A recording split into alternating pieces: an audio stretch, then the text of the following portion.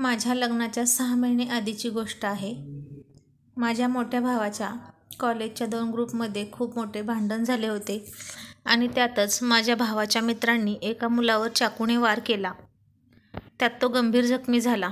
या प्रकरणानंतर माझ्या आईवडिलांनी माझ्या भावाला गावी काकांकडे पाठवले. एक दिवस माझ्या भावाचा तपास करत काही पोलीस घरी आले होते. मी माझ्या कामात व्यस्त होते. अचानक बाहेरून मोठ्या कडक आवाजात बोलण्याचा आवाज आला. कोणी आहे का घरात? बाहेर या. मी बाहेर आले तेव्हा मला बघत तो मोठा आवाज अचानक खूप कमी झाला. माझ्यासमोर उभी असलेली ती व्यक्ती वेड्यासारखी माझ्याकडे टक लावून बघत होती. मी विचारले, कोण आहात आपण? माझ्या बोलण्याने ती व्यक्ती भानावर आली आणि म्हणाली, मी PSI रुपेश पवार. तो माझ्याकडे माझ्या मोठ्या भावाची चौकशी करतच होता की तितक्यात माझे आई वडील तिथे आले आणि ते रुपेशसोबत बोलू लागले. तोपर्यंत मी चहा बनवायला किचनमध्ये गेले. नंतर मला झाल्या प्रकरणात माझा भाऊ निर्दोष आहे हे आम्ही त्याला पटवून सांगितले. त्यालाही ते पटले. रुपेश बोलायला खूप छान होता.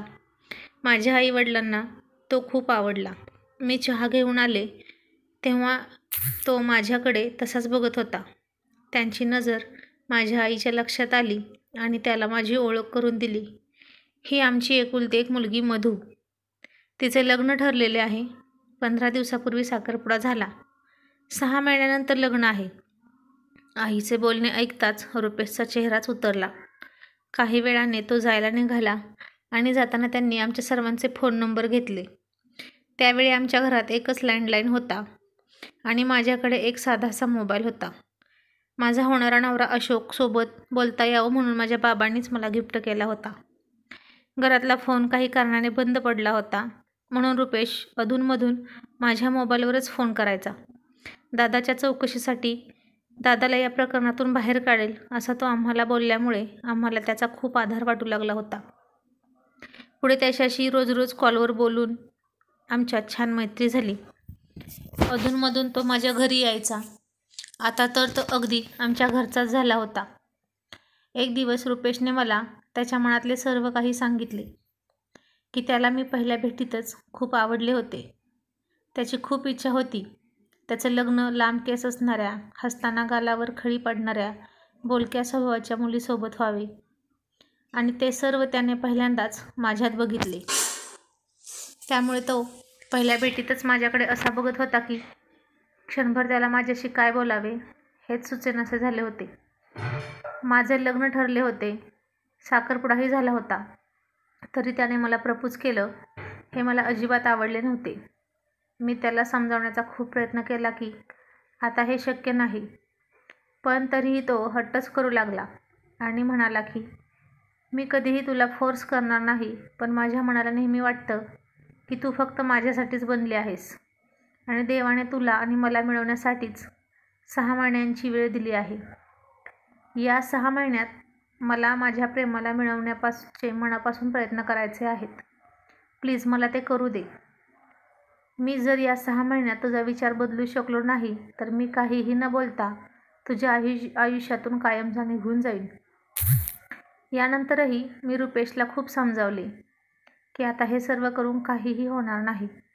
तो माझ्यासाठी स्वतःचा वेळ वाया घालवू नकोस. पण त्याने माझे काहीही ऐकले नाही. त्यानंतर रोज त्याचे कॉल मेसेज चालूच होते. अधूनमधून त्याचे घरी येणे हे चालूच होते आणि घरी येताना माझ्या आवडीचे पदार्थ आठवणीने खायला घेऊन यायचा. माझ्या आईबाबांसोबतही त्याचे खूप छान पटायचे. त्यांनी मला प्रपोज केलं त्या दिवसापासून मी त्याच्याशी जरा तुटक वागू लागले होते. त्याने मला समजावले की मधू, निदान तुझे लग्न होईपर्यंत तरी तू माझ्यासोबत चांगली राहा. मी तुझ्याशी काहीही वाईट वागणार नाही. या 6 महिन्यात मला तुझ्या खूप आठवणी साठवून घ्यायच्या आहेत. त्या आठवणी माझ्या मनात ठेवून मी माझे पुढचे आयुष्य जगेल. मी माझी मर्यादा ओलांडणार नाही. मग त्याच्या बोलण्यावरून मी मनात विचार केला की त्याला आपल्या आयुष्यातले काही क्षणच तर हवे आहेत. तर मग काय हरकत आहे? तो ते क्षण प्रेम म्हणून जगेन आणि मी मैत्री म्हणून. 6 महिन्यांनी लग्न असल्याने माझ्या बाबांनी मला माझ्या मनाप्रमाणे सर्व काही करण्याची परवानगी दिली. मैत्रिणीसोबत बाहेर फिरायला जाणे, मूव्ही पाहणे आणि बाहेरचं खाणे या सर्व गोष्टी आता मी बिनधास्त करत होते. मला कुठं जायचं असेल तर माझ्याच अपार्टमेंटमधली माझी एक मैत्रीण माझ्यासोबत यायची. कुठेही जायचं असेल तर मला तिला 2 तास आधीच सांगून ठेवावे लागते. मग तोपर्यंत ती आवरून तयार राहायची. तिची आणि रुपेशची चांगली ओळख होती. तिला रुपेशने सांगून ठेवले होते की तुम्ही कुठेही जाणार असाल तर आधी मला सांगत जा. तीही त्याला सांगायची आणि तो वेडा मी जाण्याआधी स्वतः तिथे पोहोचलेला असायचा. आम्ही तिथं पोहोचण्याआधीच टेबल बुक करायचा. मला जे आवडतं किंवा जे खायचे आहे त्याची ऑर्डर देऊन ठेवायचा. त्याला तिथे उपस्थित पाहून मला आश्चर्य वाटायचे, पण मला कळायचंच नाही की तो तिथे कसा असायचा. तिथे गेल्यावर तर अशी नाटके दाखवायचा की त्यालाही मला तिथे पाहून आश्चर्य वाटले आहे. कधी खाताना मला ठसका लागला तर त्याचा जीव कासावीस व्हायचा. तो जे काही करायचा, वागायचा ते मला सर्व कळायचे. जे मला माझ्या होणाऱ्या नवऱ्याकडून म्हणजेच अशोककडून अपेक्षित होते ते तो सर्व करायचा. असं म्हणतात की लग्न ठरल्यापासून ते लग्न होईपर्यंतचे दिवस खूप छान असतात, मखमली असतात. पण माझ्या होणाऱ्या नवऱ्याला माझ्यासोबत बोलायला वेळही नव्हता.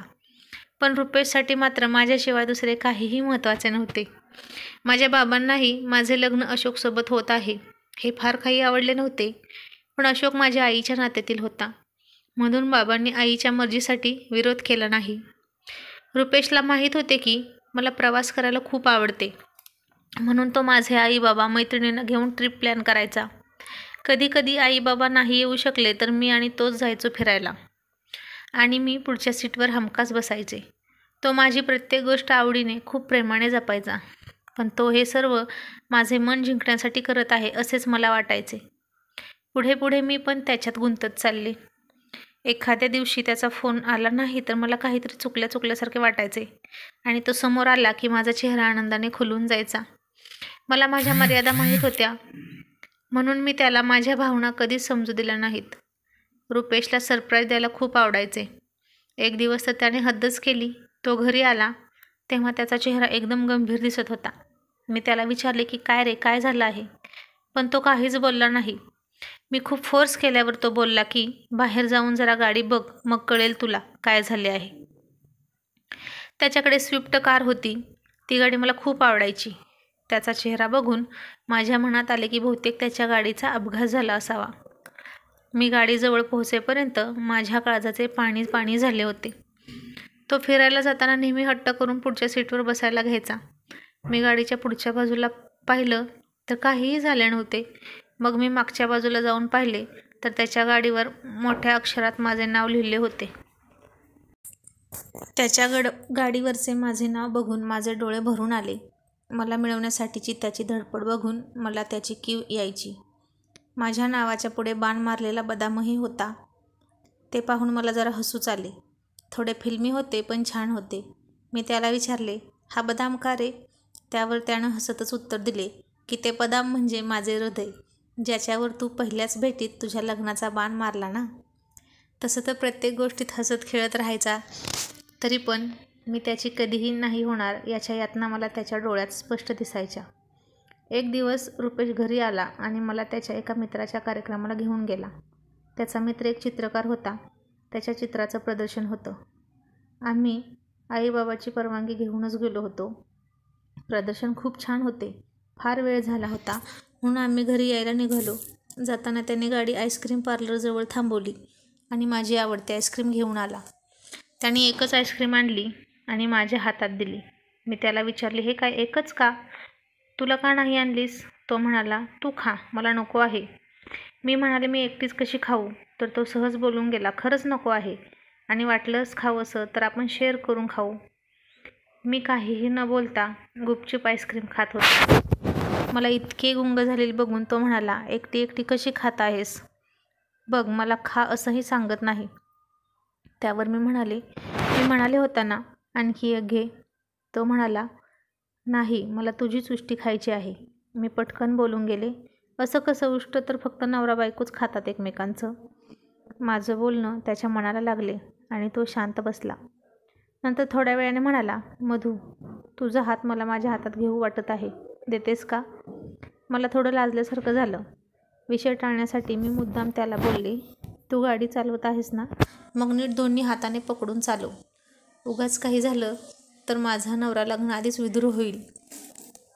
त्यावर तो चिडून म्हणाला, लग्न लग्न लग्न याशिवाय तुला दुसरं काही सुचत नाही का गं? त्याचा राग पाहून मी शांत बसले आणि गाडीच्या खिडकीतून बाहेर बघू लागले. थोड्या वेळाने रुपेशने मला न विचारताच माझा हात हातात घेतला. माझ्या हृदयाची धकधक वाढू लागली. तोंडातून शब्दही निघत नव्हता. त्याच्या स्पर्शाचे तरंग माझ्या हातापासून अलवार हृदयापर्यंत पोहोचले होते. त्यानं माझा हात घट्ट पकडून ठेवला होता. मी खूप सोडवायचा प्रयत्न केला. हात सोडवण्यासाठी झटापट पण केली, पण तो म्हणाला, गप्प बस, दिसते ना मी गाडी चालवत आहे ते, मग मस्ती करू नकोस. आणि हो, तुला लग्न करायचं आहे ना, मग तर अजिबात हालचाल करू नकोस. घरी येईपर्यंत त्यांनी माझा हात तसाच हातात पकडून ठेवला होता. घरी आल्यावर मीच म्हणाले, रुपेश प्लीज आता तरी हात सोड ना माझा. त्याने हात सोडला आणि म्हणाला, आत्ता सोडत आहे, पण फक्त एकदा विश्वासाने तुझा हात माझ्या हातात देऊन बघ. जीवाजीव असेपर्यंत सोडणार नाही. त्याचा मला झालेला पहिला स्पर्श आणि त्याचे शब्द काही केल्या माझ्या डोक्यातून जातच नव्हते. रात्रीचे साधारण 2 वाजले असतील आणि त्यावेळी त्याचा मेसेज आला, झोप मधू, खूप उशीर झाला आहे, फार विचार करू नकोस. मी खूपच चकित झाले त्याचा तो मेसेज वाचून. याला माझ्या मनातलं किती कळतं असा विचार मी करू लागले. पुढे काही दिवसांनी माझा वाढदिवस आला. सर्वात आधी विश मला रुपेशनेच केले. त्यानंतर माझे सर्व मित्र मैत्रिणीचे मेसेज आले. मी सर्वांच्या मेसेजला रिप्लाय देतच होते. तितक्यात आमच्या कॉलनीमध्ये फटाके वाजू लागले. इतक्या रात्री कोण असेल? लग्न लागत आहे असा विचार करून माझ्या बाबांनी दरवाजा उघडला आणि बाहेर जाऊन त्यांनी मला आवाज दिला. मी बाहेर जाऊन बघते तर काय, रुपेश आणि माझे सर्व मित्रमैत्रिणी मला वाढदिवसाच्या शुभेच्छा देण्यासाठी फटाके वाजवत होते. त्यानंतर मी केक कापला. मी सगळ्यांना केक भरवला. रुपेशलाही भरवून झाल्यावर तो मला भरवण्यासाठी दुसरा केकचा पीस घ्यायला गेला, कारण त्याला माहीत होते की मी त्याचे उष्टे खाणार नाही. मी त्याला म्हणाले, अरे रुपेश, भरव ना हाच केक, मला चालेल, आता तुझे उष्टे चालेल मला. माझे बोलणे ऐकून तो खूप खुश झाला. रात्रीच्या 2 वाजेपर्यंत बर्थडे सेलिब्रेशन चालू होते. मला ते सर्व खूप आवडले होते, पण माझे मन दुसरीकडेच होते, कारण ज्याच्या शुभेच्छांची मी सर्वाधिक वाट बघत होते त्या अशोकचा मला अजूनही मेसेज आला नव्हता. त्याच्या मेसेजची मी खूप वाईट पाहिली आणि मग्न राहून मीच त्यांना कॉल केला. त्यांच्या बोलण्यावरून माझ्या लक्षात आले की माझा वाढदिवस आहे हे अशोकच्या लक्षातच नव्हते. तेव्हाही ते कामातच बिझी होते. बिझी आहे, आपण नंतर बोलूया असे म्हणून त्यांनी फोन कट केला. त्यानंतर माझे मन खूप नाराज झाले. मी रुपेशला कॉल केला आणि त्याला म्हणाले, रुपेश, मला काही वेळासाठी कुठेतरी शांत ठिकाणी जाऊन बसावेसे वाटत आहे, प्लीज मला घेऊन चला. पुढच्या 15 मिनिटात रुपेश मला घ्यायला आला आणि मला पहाडी भागात शांत ठिकाणी घेऊन गेला. छान सूर्यास्ताची वेळ होती. मी त्याला गाडी थांबवायला सांगितली आणि उतरून सूर्यास्त पाहू लागले. रुपेशला माहीत होते मला एकांताची फार गरज आहे म्हणून, तर माझ्यापासून दूर थांबून एकटक माझ्याकडे बघत होता. त्यानंतर मी त्याला माझ्याजवळ येऊन उभे राहण्यास सांगितले. तो आला आणि मी त्याला विचारले, रुपेश, खूप प्रेम करतोस ना रे तू माझ्यावर? उद्या माझं लग्न झाले तर काय करशील? त्यावर तो म्हणाला, मधू प्लीज, तो विषय आता नको. मी पुन्हा म्हणाले, कसं रे सहन होतं तुला? तुझं माझ्यावर किती प्रेम आहे हे तू मला खूप वेळा सांगूनही मला अजिबात तुझ्या प्रेमाची कदर नाही. पण खरं सांगू, या सगळ्यात तुझ्या बाबतीत एक गोष्ट तरी चांगली आहे. तू तुझ्या मनातल्या भावना स्पष्टपणे बोलू तरी शकतोस. पण माझं तसं नाही. पण काही लोकांना तर आपल्या भावना व्यक्त करण्याचाही अधिकार नसतो. मला काय म्हणायचं होतं ते रुपेशला समजले. तो माझ्याकडे प्रश्नार्थक नजरेने बघत होता. मी उठून गाडीकडे झाले. त्यांनी तसाच माझा हात पकडला आणि मला त्यांच्याकडे ओढले. आय लव्ह यू मला म्हणत घट्ट मिठी मारली. मी अजाणतेपणे त्याच्या मिठीला दुजोरा दिला. मिठीतून बाहेर येऊन मी भान हरवलेल्या स्थितीत त्याच्या ओठावर ओठ टेकवले आणि आमचे श्वास एकमेकांच्या श्वासात एकरूप झाले. सगळ्या जगाचा विचार मागे सोडून आम्ही एकमेकांचे कधीच होऊ शकत नाही हे माहीत असूनही बराच वेळ आम्हाला कोणाचेही भान नव्हते. थोड्या वेळाने अंधार पडू लागला. आम्ही दोघेही भानावर आलो. त्यानंतर घरी जायला निघालो. दोघांनाही एकमेकांकडे बघण्याची हिंमतही होत नव्हती. जे काही झाले ते चुकीचे होते हे दोघांनाही माहीत होते. या सगळ्यात माझ्या मोबाईलकडे लक्ष नव्हते. अशोकचे अनेक मिस कॉल्स आणि मेसेजेस आले होते. मग मी त्यांना कॉल केला तर त्यांनी मला सॉरी बोलून मला बर्थडे विश केले. मला स्वतःचीच खूप लाज वाटत होती.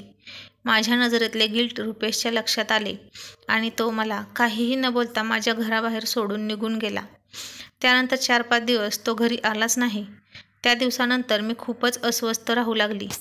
काहीतरी खूप जवळचं हातातून निसटून चालल्यासारखं वाटत होतं आणि त्याचा त्रास मला होत होता. घरात कोणी माझ्या लग्नाचा विषय जरी काढला तरी माझी नुसती चिडचिड व्हायची. कर्तव्य आणि प्रेम यांच्यात मनाची नुसती घुसमट होत होती. बघता बघता लग्न एका महिन्यावर आले. लग्नाची खरेदी सुरू झाली. कपडे दागिने यांची खरेदी चालली होती. मनावर दगड ठेवून रुपेश या सर्व तयारीत मदत करत होता. त्याच्या हसणाऱ्या चेहऱ्यामागचं दुःख मला असह्य होत होते. लग्नासाठी मला थोडे किरकोळ सामान आणायचे होते. आईला वेळ नव्हता तर तिने रुपेशला मला मार्केटला घेऊन जायला सांगितले. आम्ही दोघेही निघालो. आम्हा दोघांकडे बोलण्यासारखे काहीच नव्हते. आम्ही मार्केटमध्ये पोहोचलो. तिथे मी बांगड्या बघत होते. कोणती घेऊ काहीच कळत नव्हते. कन्फ्यूज झाले होते. पण रुपेशला विचारण्याची हिंमत होत नव्हती. नेहमीप्रमाणे त्यांनी माझ्या मनातले ओळखले आणि म्हणाला, या बांगड्या घे मधू, तुझ्या हातात शोभून दिसतील. त्यावर दुकानदार म्हणाला, दादा लग्न आहे वाटतं, छान आहे हा तुमचा जोडा. आम्ही दोघांनी एकमेकांकडे चमकून बघितले. डोळ्यांच्या कडातून हलकंसं बाहेर डोकावलं, पण बाहेर निघण्याचे काही धाडस केले नाही. आमची वेदना आम्ही दोघांनीही डोळ्यातच लपवली होती. कारण अश्रूंनाही ठाऊक होतं आता धीर सोडून काही उपयोग नव्हता. बऱ्याचदा वेदना आपल्या आपण सहन केलेल्याच बरे असतात. आपल्यावर प्रेम करणाऱ्या माणसाला त्या कळाल्या तर त्याला स्वतःच्या वेदनेपेक्षा आपल्या प्रिय माणसाच्या वेदनेने जास्त त्रास होतो. तिथून आम्ही घरी जायला निघालो. रुपेशने गाडी आईस्क्रीम पार्लरकडे घेतली आणि गाडीतून उतरला. मी त्याला सांगितले की मला नको आहे आईस्क्रीम. तो काही न बोलता गाडीत बसला आणि रागाने दरवाजा ओढून गाडी मैदानावर आणली. त्यावेळी मैदानावर कोणीही नव्हते. त्यावेळी त्यांनी मला बाहेर यायला सांगितले आणि ताडताड बोलू लागला. काय झाले आहे मधू, तू अशी का वागत आहेस? काही दिवसातच लग्न आहे तुझं आणि तू अशी सुतक असल्यासारखे वागत आहेस. त्या दिवशी जे झालं ते नकळत झालं. त्यासाठी किती दिवस त्रास करून घेणार आहे स्वतःला? मी काही न बोलता त्याचे बोलणे शांतपणे ऐकत होते. माझ्या उत्तर न देण्याने तो आणखी चिडला आणि त्याने रागाने गाडीवर जोरात बुक्की मारली. त्याच्या हाताला दुखापत झाली आणि माझा स्वतःचा ताबा सुटला आणि मी त्याला मनात साठवलेलं सारं काही बोलू लागले. मूर्ख, तुला कळत नाही का रे, मला वेड लागले आहे तुझ्या प्रेमाचं. मला हे लग्न नाही करायचं, पण सांगता येत नाही आणि सहनही होत नाही. अशी अवस्था झाली आहे माझी. आता इतका उशीर झाला आहे की मी काही करू शकणार नाही. आज तुझ्याजवळ मनातल्या भावना व्यक्त करून निदान माझ्या मनावरचं ओझं थोडं तरी उतरेल. तू खूप चांगला आहेस रे रुपेश, पण माझं नशीबच खराब आहे की मला तू भेटणार नाहीस. तुझ्यासारखा नवरा मला भेटणार नाही. कर्तव्याने माझे हात बांधले आहेत. झालं गेलं सर्व विसरून जा. असे म्हणतात की लग्न झाल्यावर स्त्रीचा दुसरा जन्म होतो, पण माझं लग्न होणार आणि माझी जगण्याची इच्छाच मरून जाणार आहे. त्यावर तो म्हणाला, वेडे, तू काहीही काय बोलतेस मधू, असे म्हणत त्याने मला मिठीत घेतले. आम्ही दोघांनीही मनसोक्त रडून घेतले आणि मग मन मोकळे झाल्यावर एकमेकांचा निरोप घेऊन घरी गेलो. गाडीतून उतरताना रुपेश मला म्हणाला, मधू, तुझ्यासाठी मी उद्या एक सरप्राईज घेऊन येणार आहे. मला खात्री आहे ते तुला खूप आवडेल. दुसऱ्या सकाळी मी उठले तितक्यात रुपेशच्या गाडीचा आवाज आला. बाहेर गेले तर रुपेश म्हणाला, माझी वाटच बघत होतीस वाटतं, लगेच बाहेर आलीस ती. गाडीत जाऊन बघ, तुझ्यासाठी सरप्राईज आहे. मी गाडीजवळ गेले आणि दरवाजा उघडला आणि तिथेच आनंदाने उड्या मारू लागले. कारण गाडीत माझा मोठा भाऊ होता. रुपेश त्याला निर्दोष सिद्ध करून घरी घेऊन आला होता, तसं त्याने आम्हाला वचन दिलं होतं. दादाला भेटून खूप दिवसांनी मी थोडी तरी हसले होते. घरातले वातावरण पुन्हा खूप प्रसन्न झाले. पुढे काही वेळ तरी दादामुळे मी सगळेच त्रास विसरून गेले. दादा आणि मी खूप गप्पा मारायचो. तो मला नेहमी रुपेशबद्दल विचारायचा आणि मीही त्याच्याविषयी भरभरून बोलायचे. पण माझ्या लग्नाचा विषय निघाला की मी शांत बसायचे. मला वाटायचे की दादाला तरी कळेल माझ्या मनातलं, पण त्यालाही नाही ओळखता आलं. दादा आणि रुपेश छान मित्र झाले. हळूहळू दिवस निघून चालले होते. एक दिवस मी बाल्कनीत विचार करत बसले होते. थोड्या वेळाने माझ्याजवळ बाबा येऊन बसले. त्यांनी माझ्या डोक्यावरून हात फिरवला आणि शांत का बसले आहेस असे विचारले. मी म्हणाले, काही नाही बाबा, सहजच बसले आहे. बाबा म्हणाले, अरे वा, मोठी झालीस की तू. लहानपणी एखादी गोष्ट हवी असली की हट्ट करायचीस, रडायचीस, गोंधळ घालायचीस आणि आज अशी एकटीच विचार करत बसली आहेस. अगं पोरी, बाप आहे मी तुझ्या मनातले लगेच कळते मला. बोल ना बेटा, काय हवंय तुला? तुझ्या लग्नाला आता फक्त 2 दिवस बाकी आहेत आणि तुझ्या चेहऱ्यावर त्याचा जराही आनंद दिसत नाही, असे का? हिम्मत करून मी बाबांना सांगत होते. तेवढ्यात आई आली आणि आमचे बोलणे अर्धवटच राहिले. लग्नानंतर माझ्या हळदीचा दिवस आला. मला हळदीची साडी घालून हळदीला बसायचे होते. सगळे आले, फक्त रुपेशच नव्हता आला. माझे डोळे वेड्यासारखे त्याला शोधत होते. मी आईबाबांच्या पाया पडून हळदीला बसणारच होते की दादा आला. मी दादाला विचारले, दादा रुपेश नाही का आला अजून? दादा म्हणाला, थांब, मी फोन करतो त्याला. तितक्यात रुपेशच्या गाडीचा आवाज आला. त्याच्या गाडीचा आवाज मी ओळखला आणि दादाला बोलले, राहू दे, आला तो. दादांनी बाहेर जाऊन बघितले तर खरेच रुपेश आला होता. दादा आश्चर्याने माझ्याकडे बघतच होता. रुपेश घरात आला. माझ्या हातातला हिरवागार चुडा आणि साडी घातलेली मला बघून भान हरवल्यासारखा तो माझ्याकडे बघतच राहिला. अगदी पहिल्या भेटीत बघत होता तसाच. मीही त्याच्याकडे कोणाचा विचार न करता बघतच राहिले. तितक्यात बाबा म्हणाले, मधू बेटा, हळदीला उशीर होतोय, जाऊन पाटावर बस. मी जाऊन पाटावर बसले. सर्वांनी मला हळद लावली, पण रुपेश काही पुढे येत नव्हता. त्याला माहीत होते की तो पुढं आला तर मला कंट्रोल नाही होणार. पण बाबांनी त्याला मला हळद लावण्यासाठी आवाज दिला, म्हणून हळद घेऊन त्याने माझ्या दोन्ही गालावर हात ठेवले. मी तसेच त्याचे दोन्ही हात पकडून जोरात रडू लागले. सगळे आमच्याकडे बघू लागले. मग रुपेश मला म्हणाला, मधू प्लीज, आणि माझा हात सोडून तो सरळ निघून गेला. त्या रात्री मी त्याला खूप फोन केले. त्याने माझा एकही कॉल उचलला नाही.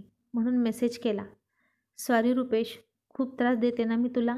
आता फक्त उद्याचा दिवस मला सहन करून घे, कारण मलाही तुझ्या आठवणी मनात साठवायच्या आहेत. माझे लग्न होईपर्यंत तरी तू माझ्यासोबत राहा. मला खूप भीती वाटत होती. मला माहीत होतं की माझ्या मूर्खपणामुळे रुपेश उद्या येणार नाही. मग लग्नाचा दिवस आला. मी तयारी करून कोर्टात जायला निघाले. हो, लग्न कोर्टात होते. माझ्या होणाऱ्या नवऱ्याला धांगडधिंगा जराही आवडत नव्हता. पण माझी फार इच्छा होती की लग्न देवाब्राह्मणांच्या साक्षीने व्हावे. पण माझ्या मर्जीला अशोकच्या मते काही अर्थ नव्हता. घर सोडताना मी पुन्हा एकदा रुपेशला कॉल केला, पण त्याने कॉल उचलला नाही. दारातून बाहेर निघणार तेवढ्यात रुपेश समोर उभा होता. त्याला बघून मला थोडे बरे वाटत होते. मी धावत जाऊन त्याला मिठी मारावी असे मला वाटत होते, पण मी कंट्रोल केलं. त्याने त्याची गाडी छान माझ्या आवडीच्या फुलांनी सजवून आणली होती. मी नेहमीप्रमाणे गाडीच्या पुढच्या सीटवर जाऊन बसले. तो माझ्याकडे बघून म्हणाला की, मधू, खूप छान दिसत आहेस, अगदी भाऊलीसारखी. फक्त छोटीशी कमी आहे. आता तरी हस ना प्लीज. मी मान खाली घालून शांत बसले होते. गाडीत माझ्यासोबत बाबा आणि माझ्या मैत्रिणी होत्या, पण माझा दादा कुठेही दिसत नव्हता. आम्ही निघालो. गाडी कोर्टाच्या दिशेने घेणार तितक्यात बाबा म्हणाले, रुपेश बेटा, जरा विठ्ठलाच्या मंदिराकडे गाडी घे. मला वाटले दर्शनासाठी नेत असतील, पण मंदिरात कोणाचं तरी लग्न होतं. त्यांनी मंदिर खूप छान सजवलेले होते. आम्ही मंदिरात जातच होतो की तिथे मला दादा दिसला. त्याला बघून मला खूप बरं वाटलं. मी विचारले, अरे दादा, तू इकडे काय करत आहेस? किती शोधले मी तुला. तेव्हा दादा म्हणाला, मधू, आधी चल आणि दर्शन घे, मग बोलू आपण. आम्ही सगळे मंदिरात गेलो. बाबांनी मंदिरातल्या पुजारींना आवाज दिला आणि म्हणाले की, आमची मुलगी मधू, हिचं आज लग्न आहे. यांचं लग्न लावायला घ्या आणि आशीर्वाद द्या. काही वेळ काय चालले आहे मला कळतच नव्हते. मी बाबांकडे प्रश्नार्थक नजरेने बघितले. तसे बाबा म्हणाले, होय बेटा, तुला बोलता येत नव्हते ना, तेव्हापासून मी तुझ्या मनातले ओळखतो. आणि आता तुझे डोळे इतकं काही सांगत आहेत आणि ते मला काही ओळखता येणार नाही का? मला कळणार नाही का? वेडी कुठली, आमच्या आनंदासाठी स्वतःचा आनंद, भावनांचा बळी द्यायला निघाली होतीस का? होणाऱ्या परिणामांना मी स्वतः जबाबदार आहे. तू राहा लग्नाला उभी. हे ऐकून माझे हरवलेले हसू परत आले आणि विठ्ठलाच्या साक्षीने रुपेश आणि माझे लग्न झाले. काही दिवस आई नाराज होती, पण नंतर नॉर्मल झाली. अशोकने म्हणे लग्नासाठी काढलेली सुट्टी कॅन्सल केली आणि पुन्हा कामावर हजर झाला. रुपेशच्या घरातल्यांना त्याच्या माझ्यावरच्या प्रेमाची कल्पना होतीच, म्हणून त्यांनीही मला आनंदाने स्वीकारले होते. रुपेशच्या फिल्मी स्वभावावर हसणारे मी, माझे स्वतःचे लग्न एवढ्या फिल्मी पद्धतीने होईल अशी मी कधीच कल्पना केली नव्हती. असे म्हणतात की लग्नानंतर लोक बदलतात, पण असं नाही आहे, कारण रुपेश अजूनही तसेच आहेत. आजही लॉंग ड्राईव्ह, आईस्क्रीम चालूच आहे. आजही रुपेश माझ्यावर तेवढेच प्रेम करतात. एका मुलीचे वडील झाले तरी त्यांचे माझ्यावरचे प्रेम जराही कमी झाले नाही. कधी जर मी फार त्रास दिला तर मला चिडवायला गमतीने म्हणतात, वाचलास रे बाबा अशोक. पण खरं सांगू, रुपेश एक चांगले पती आणि एक चांगले वडील सिद्ध झाले होते. काही दिवसांपूर्वीच अशोकचे माझ्या चुलत बहिणीसोबत लग्न झाले. ती मला अधूनमधून भेटते आणि मी तिला अशा पद्धतीने विचारले की सांगते. त्यांना कुठे वेळ असतो माझ्यासाठी, ते खूप बिझी असतात. बिचारा अशोक एवढं कमावून कुठे ठेवणार आहे काय माहीत. जोडीदाराला पैसे नाही, प्रेमाची आणि वेळ देण्याची आवश्यकता असते. तर मित्र आणि मैत्रिणींनो, कशी वाटली कथा? कथा आवडल्यास लाईक करा, शेअर करा आणि अशाच नवनवीन कथांसाठी आपल्या चॅनलला आत्ताच सबस्क्राईब करा. धन्यवाद.